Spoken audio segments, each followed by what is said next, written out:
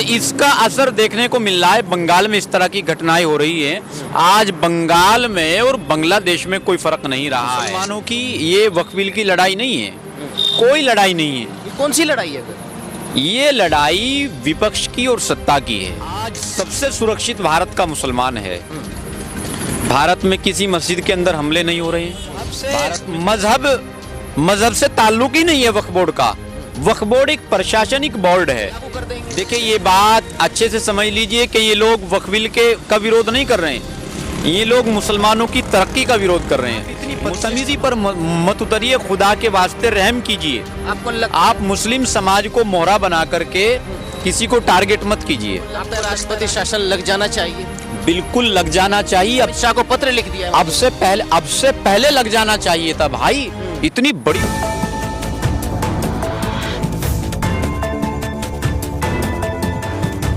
ममता बनर्जी के बंगाल से फिर से खबरें आ रही हैं कि वहां पर हिंदू समाज के ऊपर हमले होने लगे। दरअसल ये मामला है 4 अप्रैल का, जब वक्फ बोर्ड अमेंडमेंट बिल में संशोधन हुआ। उसके बाद से लगातार बंगाल में हिंसा देखने को मिल रही है। जो सांसद हैं बीजेपी के ज्योतिर्मय सिंह महतो, उन्होंने अमित शाह को पत्र लिखा है कि बंगाल के अंदर राष्ट्रपति शासन लगाया जाए, अफसपा लगाया जाए, जिसमें कहा जाता है अर्धसैनिक बलों को वहां भेजा जाता है जहां पर ऐसी घटनाएं होती हैं। वहां के हिंदुओं का कहना है कि हमको लगातार टारगेट किया जा रहा है, हमारी संपत्ति को टारगेट किया जा रहा है। आखिर ममता के बंगाल में शांति कब होगी और हर जो बिल पास होता है उसके बाद बंगाल में ही हिंसा देखने को क्यों मिलती है? इसी पर बातचीत करने के लिए हमारे साथ काजी अबरार जमाल है, जो बेबाकी से अपनी बात रखते हैं और राष्ट्रीय चेहरा है मुस्लिम मंच का। इनसे भी बातचीत करेंगे। काजी अबरार जमाल जी, आप बताइए, फिर से बंगाल में हिंसा देखने को मिल रही है। वक्फ बोर्ड आया, आपने स्वागत भी किया संशोधन का। ये लोग कौन हैं और ये कौन सी सरकार है? देखिए, पहली बात तो ये है कि वक्फ बिल के नाम पर जो मुसलमानों को गुमराह किया जा रहा है कि वक्फ बिल पास होने के बाद अब आपकी दरगाह छीन ली जाएंगी, कब्रिस्तान छीन लिए जाएंगे, मज़ारें छीन ली जाएंगी, ऐसा कुछ भी नहीं है। खुद सरकार इस बात को कह रही है कि मुसलमानों की इबादत गाहों को, इमाम बाड़ों को कोई नुकसान नहीं पहुंचेगा, कोई ख़तरा नहीं होगा। लेकिन उसके बावजूद विपक्ष की पार्टियों ने इस तरीके का झूठ जो फैलाया है मुसलमानों के बीच, यकीनन ये काबिल मजम्मत है और इसका असर देखने को मिल रहा है। बंगाल में इस तरह की घटनाएं हो रही हैं। आज बंगाल में और बांग्लादेश में कोई फ़र्क नहीं रहा है। यकीन मानिए कि बांग्लादेश में तो वहाँ के लोगों ने शेख हसीना को भगाया। शुक्र मानिए कि वहाँ बंगाल में कुछ लोग राष्ट्रवादी भी रहते हैं, जिस कारण अभी तक ममता बनर्जी को वहाँ से भागकर नहीं आना पड़ा। नहीं तो वो दिन दूर नहीं, अगर ये कारवां इसी तरह चलता रहेगा तो ममता बनर्जी को भागना पड़ेगा बंगाल छोड़ करके, शेख हसीना की तरह। शेख हसीना की तरह। और शेख हसीना को चूंकि भारत ने स्वीकार कर लिया और ममता बनर्जी जब अपने राष्ट्र के साथ गद्दारी कर रही हैं, तो सोचो ममता बनर्जी को कौन स्वीकार करेगा?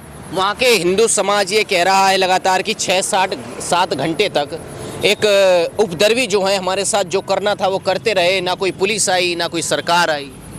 ये कोई पहली बार नहीं हुआ है, बंगाल का इतिहास रहा है। जब से वहाँ ममता बनर्जी मुख्यमंत्री हैं तब से ऐसा कई बार हुआ है और जब जब हुआ इसके खिलाफ किसी ने आवाज़ नहीं उठाई। हम लोग आवाज़ उठाते हैं फ़लस्तीन के नाम पर, चलो अच्छी बात है। जुल्म जहाँ भी हो आवाज़ उठनी चाहिए। यकीनन फ़लस्तीन के ऊपर जुल्म हो रहा है, आवाज़ उठनी चाहिए। लेकिन बांग्लादेश में जब जुल्म होता है या बंगाल में जब जुल्म होता है उसके खिलाफ भी तो आवाज़ उठानी चाहिए ना। इंसानियत के एतबार से, मानवता के एतबार से हम सब लोगों को सबके राष्ट्र के साथ खड़ा होना चाहिए। और जब हम अपने राष्ट्र के साथ खड़ा नहीं हो सकते, क्योंकि बंगाल भी हमारे देश का एक हिस्सा है, हमारे देश का प्रदेश है, तो जब हम उन लोगों के साथ में नहीं खड़े हो सकते तो फिर बाहर के लोगों के साथ कैसे खड़े हो सकते हैं? काजी साहब, मुस्लिम समाज को दिक्कत है वक्फ बोर्ड से, समझ में आता है। वो दंगा करते हैं, प्रदर्शन करते हैं, समझ में आता है। ममता बनर्जी को क्या दिक्कत है? देखिए, लड़ाई हमारी मुसलमानों की ये वक्फ बिल की लड़ाई नहीं है, कोई लड़ाई नहीं है। ये कौन सी लड़ाई है फिर? ये लड़ाई विपक्ष की और सत्ता की है। इन लोगों ने, विपक्ष के लोगों ने मुस्लिम समाज को मोहरा बना करके सरकार को बदनाम करने की साजिश रची जा रही है। जिस तरीके से यहाँ पहले 2024 के लोकसभा चुनाव में विपक्षी पार्टियों ने मुस्लिम समाज को, खासतौर से मुसलमानों को मोहरा बना करके विदेशों से फंडिंग कराई है, इस सरकार को नीचा दिखाने के लिए, इस सरकार को बदनाम कराने के लिए। ये अलग बात है कि वो अपनी साजिशों में नाकाम रहे, लेकिन कोशिश तो बहरहाल सब लोगों ने की। और यकीन मानिए, पूरी दुनिया के अंदर आज सबसे सुरक्षित भारत का मुसलमान है।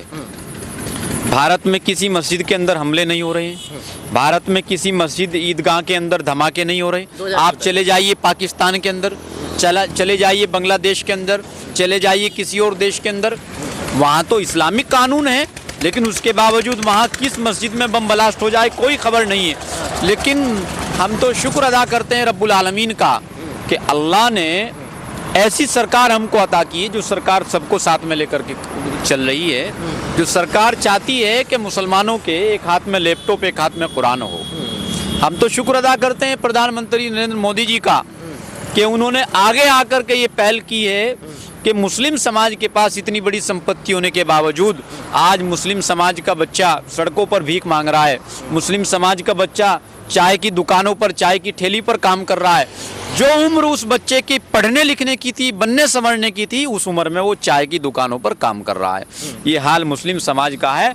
इस हाल में सुधार करने का प्रयास मोदी जी ने किया है, इसलिए मैं मोदी जी को धन्यवाद देना चाहता हूँ। अरशद मदनी यहाँ पर इस्लाम के धर्मगुरु कहे जाते हैं और बहुत बड़े धर्मगुरुओं में आते हैं। आप ये बताइए, वो तो ये कहते हैं बैठ कर के चैनलों पर कि ये इस्लाम का मामला है, कल आप कह देंगे नमाज भी जो है इस्लाम का हिस्सा नहीं है, कल आप कह देंगे रोजा भी इस्लाम का हिस्सा नहीं है। देखिए, सरकार मजहब में छेड़खानी कर रही है। मजहब से ताल्लुक ही नहीं है वक्फ बोर्ड का। वक्फ बोर्ड एक प्रशासनिक बोर्ड है जिसको सरकार चलाती है। लेकिन क्या है कि कुछ लोगों ने इसको माफिया बोर्ड बना के रखा है। आप एक आदमी ढूंढ कर ले आइए कि फुला आदमी की, फुला गरीब आदमी की शादी वक्फ बोर्ड ने कराई हो। सर्वे समाज की बात छोड़िए, मुस्लिम समाज के लिए कोई वेलफेयर का काम किया हो। अभी कोविड आया था, 2019, 20, 21 तक रहा। कोविड के हालात में छोटी छोटी तंजीमों ने, छोटी छोटी सामाजिक संस्थाओं ने भी आगे आकर के काम किया है, लेकिन इतना बड़ा वक्फ बोर्ड खामोश रहा जब लोग सांसों की जंग लड़ रहे थे। नहीं तो होना तो ये चाहिए था कि वक्फ बोर्ड को आगे आकर के मुस्लिम समाज की नहीं, सर्वे समाज के लिए काम करना चाहिए था।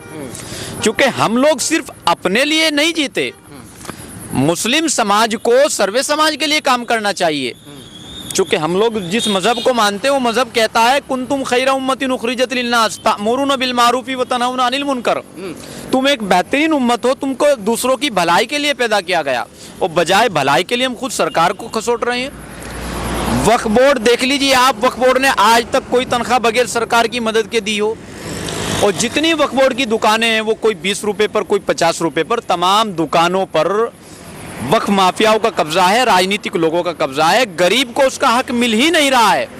सारे वक्फ बोर्ड को चोर खा गए, डाकू खा गए। तो ये तो होना ही था। तो ये बातें विपक्ष की समझ में क्यों नहीं आती, और खासकर ममता बनर्जी की समझ में? वो तो ये कहती है हमारी सरकार आएगी तो हम वक्फ बोर्ड को दोबारा जैसा था वैसा ही उसी रूप में लागू कर देंगे। देखिए, ये बात अच्छे से समझ लीजिए कि ये लोग वक्फ बिल का विरोध नहीं कर रहे हैं, ये लोग मुसलमानों की तरक्की का विरोध कर रहे हैं, मुस्लिम समाज के वेलफेयर का विरोध कर रहे हैं। अगर ये मुस्लिम समाज की तरक्की चाहते, मुस्लिम समाज के विरोधी ना होते, मुस्लिम समाज की तरक्की के विरोधी ना होते, तो जो काम आज मोदी जी ने किया है, ये काम तो कांग्रेस को पहले कर देना चाहिए था।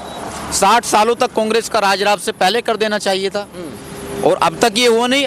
देखो, अल्लाह ने खुद कहा है कि जब तुम अच्छे काम नहीं करोगे तो तुमको हटा करके दूसरों को लाना पड़ेगा। और अल्लाह ने अगर मुस्लिम समाज के वेलफेयर के लिए नरेंद्र मोदी जी से काम लिया, इसमें परेशानी की बात क्या है? अल्लाह तो किसी से भी काम ले सकता है। अल्लाह ने काबे की हिफाजत के लिए बाबिल के लश्कर से काम लिया है। यदि अल्लाह वक्फ बोर्ड की हिफाजत के लिए नरेंद्र मोदी जी से काम ले रहा है, इसमें परेशानी की बात क्या है? हम तो खुश हैं कि मोदी जी ने इस बात की पहल करके मुस्लिम समाज को इंसाफ दिलाया है, और 60-70 सालों में वक्फ बोर्ड को आज़ादी मिली है माफियावाद से, अपराधियों से, भ्रष्टाचारियों से। राजनीतिक लोगों से, सब लोगों से आज़ादी मिली है। अब वक्फ बोर्ड मुस्लिम समाज के नहीं, सर्वे समाज के लिए, वेलफेयर के लिए काम करेगा। सर्व समाज वेलफेयर के लिए काम करेगा। आप ये बताइए, ममता बनर्जी क्या मुस्लिम समाज को बदनाम कर रही हैं? उनको रोकती नहीं है, वहाँ पर कार्रवाई नहीं करवाती है? क्या ममता बनर्जी मुसलमानों की दुश्मन है या फिर वहाँ पर हिंदुओं की दुश्मन? देखिए, किसी भी आदमी को इतना चापलूस नहीं बनना चाहिए कि वो किसी की तारीफ करते करते खुद अपने किरदार पर, उसके किरदार पर आंच आ जाए। ममता बनर्जी को कुछ लोगों को खुश करने के लिए आप ये नहीं कर सकते कि आप दूसरे लोगों पर जुल्म ज्यादती करें, ये नहीं हो सकता है। आप सर्वे समाज को साथ लेकर के चलिए। आप एक महिला मुख्यमंत्री हैं, आप उन चीज़ों को समझिए, अपने किरदार को, अपने मेयार को समझिए, जानिए। ये बंगाल है और ये भारत का हिस्सा है, भारत का स्टेट है। आप इसको बांग्लादेश मत बनाइए, आप इसको पाकिस्तान मत बनाइए, मारकाट पर मत उतरिए, आप अल्लाह के वास्ते मत उतरिए। बंगाल हमारे देश का हिस्सा है और आप इसको भारत का हिस्सा ही रहने देना चाहिए। आपका हिस्सा ही आप क्या कहना चाहेंगे मुस्लिम समाज से, बंगाल के मुस्लिम समाज से खास?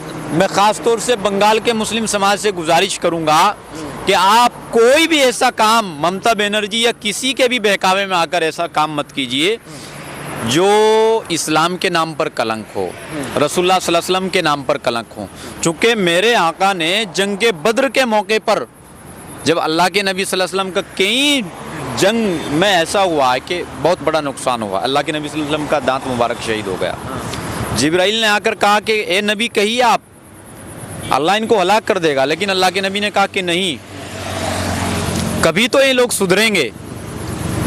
इसलिए आप इतनी बदतमीजी पर मत उतरिए, खुदा के वास्ते रहम कीजिए। आपको लगता आप मुस्लिम समाज को मोहरा बना करके किसी को टारगेट मत कीजिए। आपको लगता है राष्ट्रपति शासन लग जाना चाहिए? बिल्कुल लग जाना चाहिए। अमित शाह को पत्र लिख दिया है। अब से पहले लग जाना चाहिए था भाई। इतनी बड़ी बड़ी घटनाएं हो गई और सब लोग खामोश हैं। क्या ये छोटी बात है कि आप किसी समाज की दुकानों पर हमला करेंगे, उनके सामान को लूटोगे, उनकी जायदादों पर कब्जा करेंगे? क्या ये देश बर्दाश्त करेगा? बिल्कुल नहीं करेगा, क्योंकि सेकुलर देश है। सेकुलर देश है। ये थे काजी अबरार जमाल, जिन्होंने कहा कि समझना चाहिए और राष्ट्रपति शासन लगा देना। फिलहाल इस वीडियो में बस इतने। नमस्कार।